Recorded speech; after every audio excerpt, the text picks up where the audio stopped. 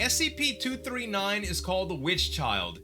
And if I ever had to defend myself against a kid, I would have a lot of trouble, right? I imagine like my nephew trying to attack me. Like, you know how you have to defend yourself against kids or even women if you're a man like I am, if they trying to hit you or whatever, like you kind of just hold them off, like, hey, just stop. You know what I mean? You discipline a kid. You don't fight back or hurt them or whatever. So what if this kid had anomalous powers? Like, what if it was a witch, you know? It makes me crazy to think about what I'd do. Anyway, we're going to react to this one today, guys. It's Spider Rubber. Make sure to subscribe to him. Subscribe to me if you like reaction videos, and let's get into this animation. Hello, everybody. I'm the Rubber. Hey, Rubber. Today, we bring you SCP Foundation Keter Class Object SCP-239.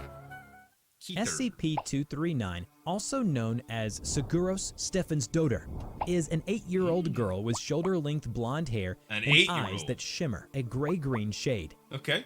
239 has been observed to demonstrate the ability to do whatever she expresses a will to do. Give me that. Put simply, as long as she's conscious, she can do anything that she truly wants to do on a basal psychological level. Dang. Likewise, her self-preservation instinct makes her virtually invincible.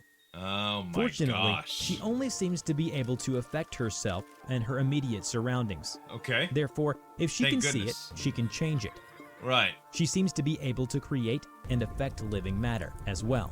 Wow. For example, when D-Class personnel accidentally caused her harm, she was able to simply wish them away.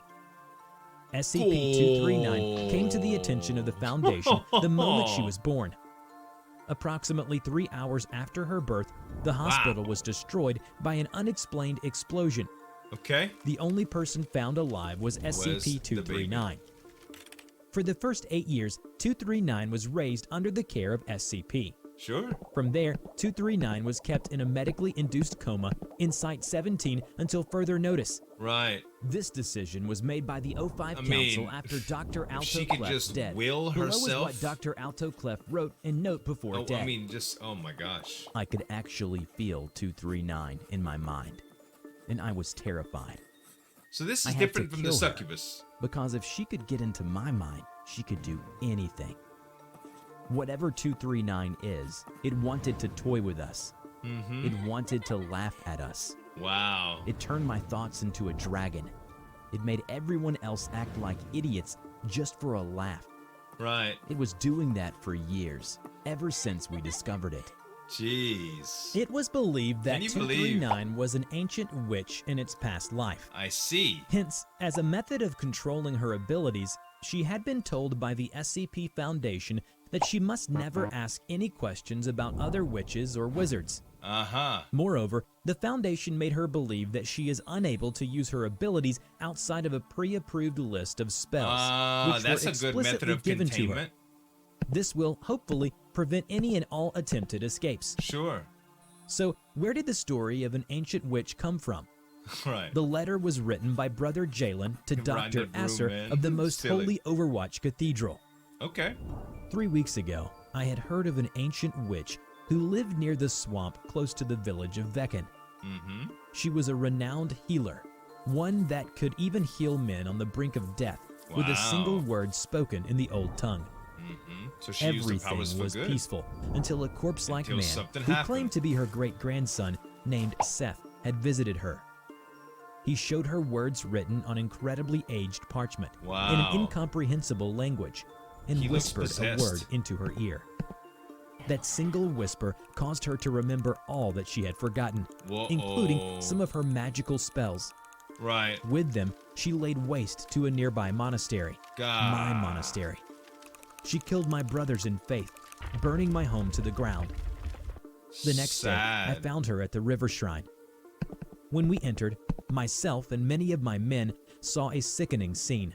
Wow. Dozens of brothers and doctors dead, with not a single one surviving among them. What the hell did that thing whisper to her? I saw a young woman, no more than 15 or 16 years of age, run out from the shrine. Sure. She escaped my attention in the moment, until I saw her stare at me with wide eyes that shimmered with a gray-green light.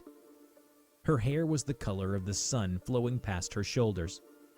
She is Seguros, impossibly young, yet ancient.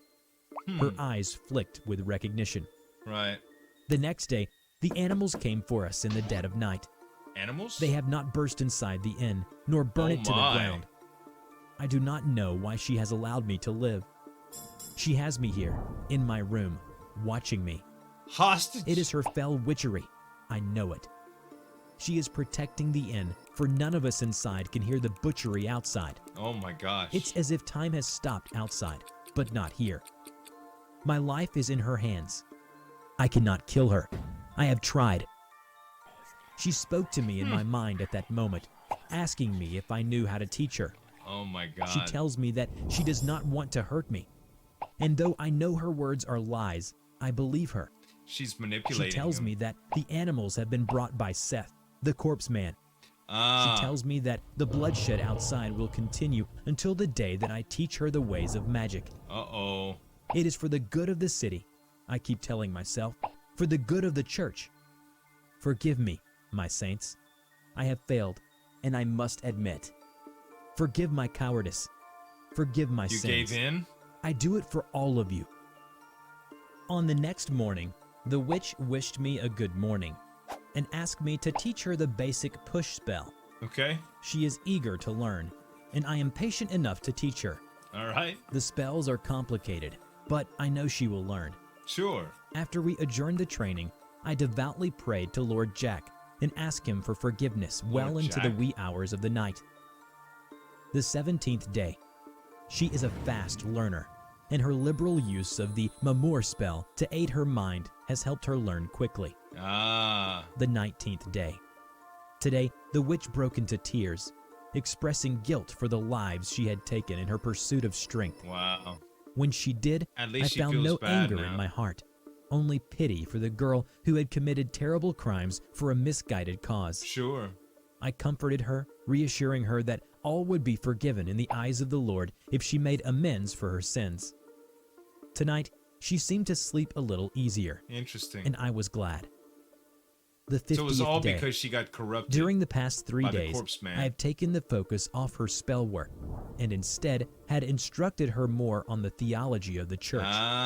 With the As Bible I write and this, stuff. she peacefully slumbers in her bed. I am sure she dreams now of the saints and Lord.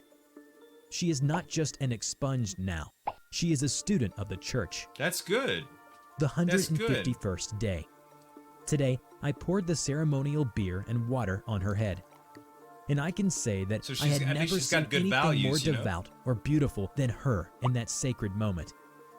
After that, the entire inn danced and celebrated with consecrated beer and delicious food, feasting in honor of the girl who was redeemed. Tomorrow, Seguros shall break us free of her time-not spell and banish the invading animals from the holy city of Arnvin, reclaiming it for the glory of the church Is that and actually the going Lord. to happen, though? This is truly a glorious day. The day. Night had fallen upon the city of shrines, yet the scorching fires had made the world bright as day. Wow. I could smell the stench of blood in the air, accompanied by the omnipresent smell of burning wood and thatch. Screams echoed in the early morning air, followed by the savage roars of cruel beasts. I had never seen such carnage before. I turned to Seguros, and her trembling voice came out first. I know what I must do. She's Her scared. fists clenched tight. Her eyes didn't turn from the scene in front of her. You know what you must do, too. I looked at her, my companion for 150 days, and my heart began to beat a little slower. I do. My chest lighter with new resolve. I looked in the direction of the hill of the amulet, where the breathtaking shrine of the Lord's home stood strong and defiant amongst the overwhelming plumes It's a of crazy smoke. story, I know. With my destination set, I took a deep breath and ran. Behind me, Seguros was long gone. Okay. When she arrived at the ruins at the top of Agatha's hill, she came to face again the destruction and slaughter that she had wrought before becoming a student of church. Right. And that bitterness soon quickly gave in to guilt, mixed with anger. At the base of the shrine's scorched pillars, she swore to avenge her own wrongdoings. Okay. She swore underneath the shrine's ruined painted ceiling to make amends for the dead. And she swore as she began to fly away from the ruins to kill Seth. Wow. Remember to check out my... Who the heck is Seth, yo? I need to know more about Seth. That was kind of cool. He just whispered one word to her and all hell broke loose. It's kind of crazy. Strong kid, man. Worst kind. Because they can, you know? They got some imaginations on them. Guys, make sure to subscribe to the Rubber. Subscribe to me if you like reaction videos. Thanks so much for watching. As always, this is Zueljin signing off. We'll see you next time.